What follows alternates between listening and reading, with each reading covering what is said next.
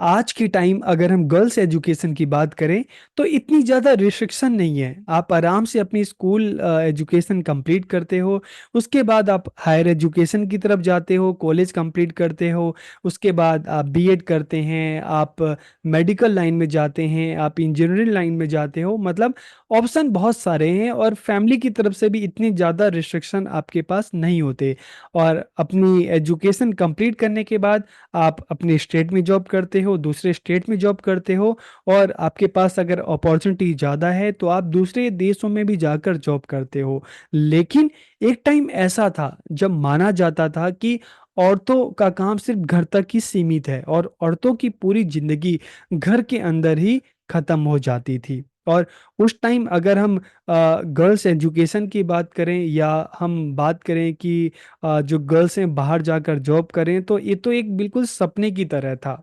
और ऐसे टाइम में जब हम सावित्री बाई फुले की बात करते हैं ना, उन्होंने सोसाइटी के अगेंस्ट में जाकर, सोसाइटी की जो विचारधारा थी उसके खिलाफ जाकर इन्होंने गर्ल्स एजुकेशन की बात की। और सिर्फ गर्ल्स एजुकेशन की बात ही नहीं की, इन्होंने भारत का पहला कन्या विद्यालय या जो गर्ल्स स्कूल की बात करें उसको ओपन किया, वहां पर गर्ल्स को एजुकेट करने का काम किया।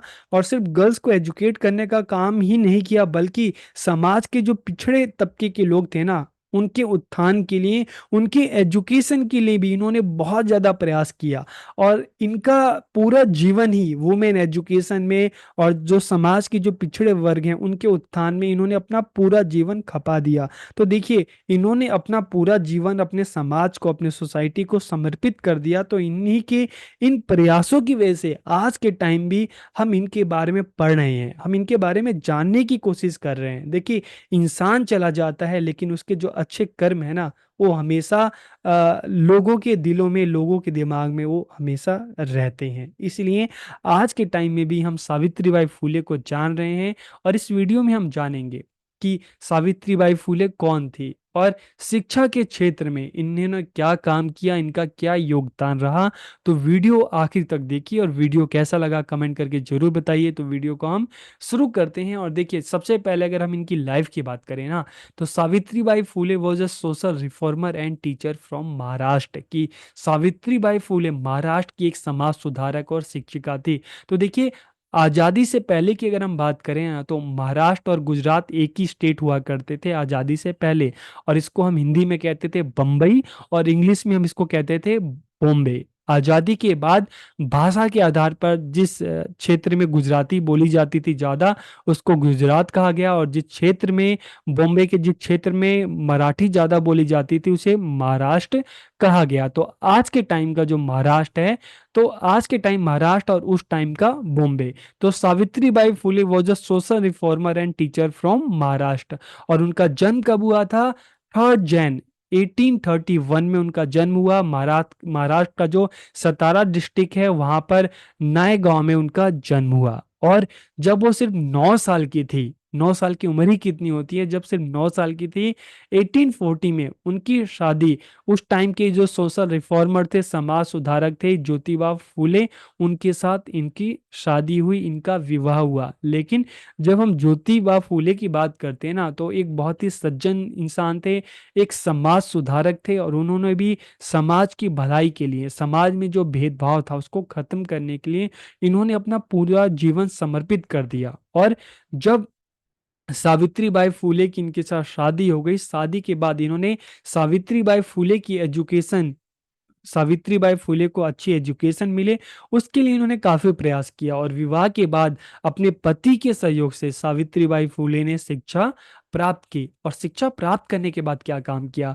उन्होंने वर्ष 1848 में पुणे में देश का पहला कन्या विद्यालय, गर्ल्स स्कूल उन्होंने ओपन किया। और उन्होंने शिक्षा के क्षेत्र में महिलाओं और अछूतों के उत्थान के लिए काम किया और इसी में अपना पूरा जीवन समर्पित कर दिया। She is known as the mother of Indian women's movement, कि उन्हें भारतीय नारी आंदोलन की जननी के रूप में जाना जाता है। और जो आता है उसे एक ना एक दिन तो जाना ही होता है। लेकिन हम उन्हें याद क्यों रखते हैं? उनके जो प्रयास थे, उनके जो काम थे, उनकी वजह से हम उन्हें याद रखते हैं। वैसे ही जब हम सावित्रीबाई फुले की बात करते हैं, इन्होंने अपना पूरा जीवन अपने समाज के लिए, अपने समाज की एजुकेशन के लिए, समाज में जो भेदभाव है उसको खत्म करने के लिए उन्होंने अपना पूरा जीवन खपा दिया। तो इसी वजह से 1897 में उनका स्वर्गवास हुआ। लेकिन आज की डेट में भी 2024 में भी हम इनके बारे में पढ़ रहे हैं, इनके बारे में जान रहे हैं। क्यों जान रहे हैं? क्योंकि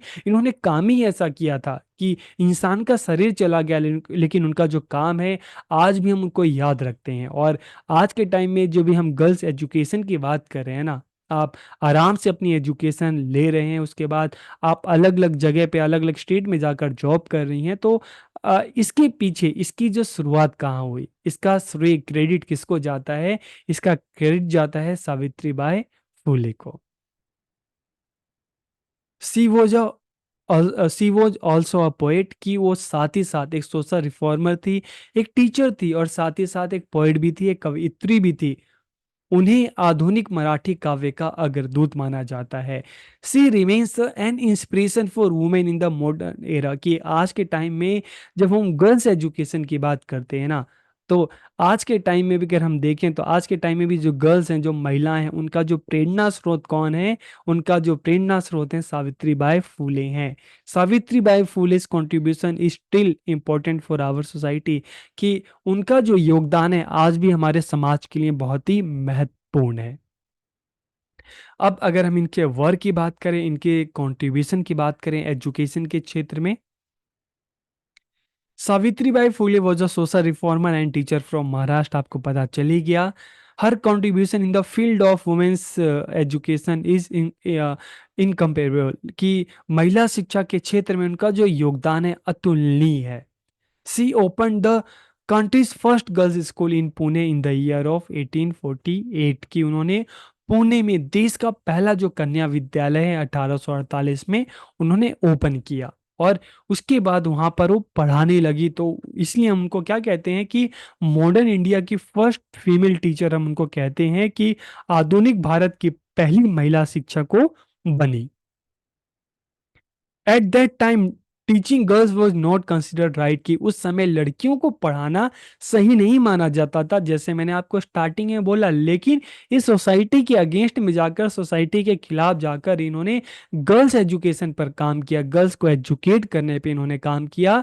और उसके साथ साथ उनका मानना था कि शिक्षा ही वह माध्यम है जिससे महिलाएं और समाज की जो पिछड़े वर्ग हैं, जो दबे कुचले वर्ग हैं, उनको सशक्त बनाया जा सकता है, उनको मजबूत बनाया जा सकता है, उनको आगे बढ़ाया जा सकता है। शिक्षा द्वारा ही समाज की जो निम्न वर्ग हैं दूसरों के साथ बराबरी से खड़े होने की उम्मीद रखते हैं। तो शिक्षा ही एक ऐसा हथियार है जिसके माध्यम से समाज की जो असमानता खत्म की जा सकती है, समाज के जो दबे कुचले वर्ग हैं, जो निम्न वर्ग हैं, उनको भी आगे बढ़ाया जा सकता है, उनको भी एम्पावर किया जा सकता है। और साथ ही साथ सी स्टेबलाइज 3 स्कूल्स इन पुणे इन 1851, की 1851 में उन्होंने पुणे में 150 फीमेल स्टूडेंट के साथ उन्होंने 3 स्कूल उन्होंने ओपन किए। और उनके जो पढ़ाने का तरीका था ना, सरकारी विद्यालयों में उस टाइम के जो गवर्नमेंट स्कूल थे वहां पर जो टीचर थे उनसे भी बेहतर माना जाता था। देखिए आज के टाइम में जो गवर्नमेंट स्कूल हैं, अगर पहले की अगर एजुकेशन की बात करें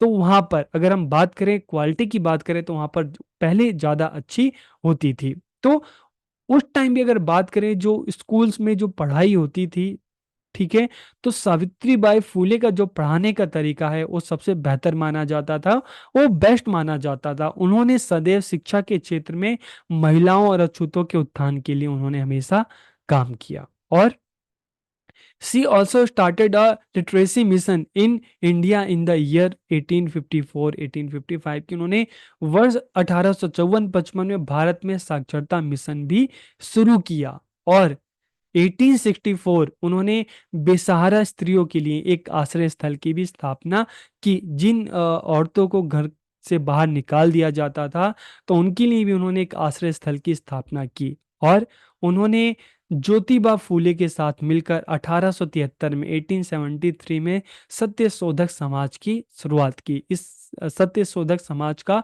क्या काम था? इसका काम था समाज में जो छुआछूत है इसको खत्म करना। जो भेदभाव है इसको खत्म करना, जो विधवा विवाह है उसके लिए प्रयास करना, दहेज प्रथा को कम करना, ठीक है।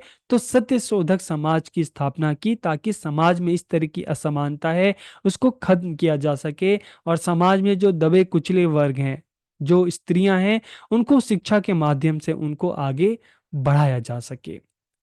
इसका उद्देश्य समाज में विधवा विवाह, छुआछूत मिटाना और दलित महिलाओं को शिक्षित बनाना था। Its objective was to eradicate untouchability, widow remarriage and educate Dalit women in the society. She took effective initiative to stop female infanticide, कि उन्होंने कन्या शिशु हत्या को रोकने के लिए भी प्रभावी पहल की।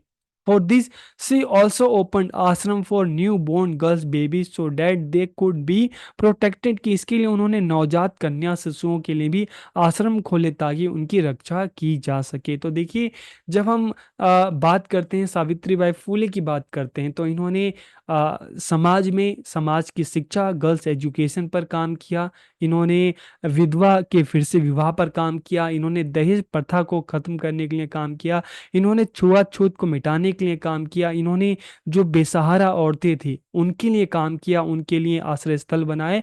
और इसके अलावा जो छोटी लड़कियां थी जब पैदा होती थी उनको सब घर से बाहर फेंक देते, तो उनके लिए भी इन्होंने काम किया। तो इनका यही काम था, इनका यही जो समर्पण था, इसके लिए इन्होंने अपना पूरा जीवन लगा दिया। इसलिए आज के डेट में भी हम इनको याद करते हैं, इनके बारे में हम बात करते हैं। तो वीडियो आपको कैसा लगा कमेंट करके जरूर बताइए। आप सबका बहुत बहुत धन्यवाद।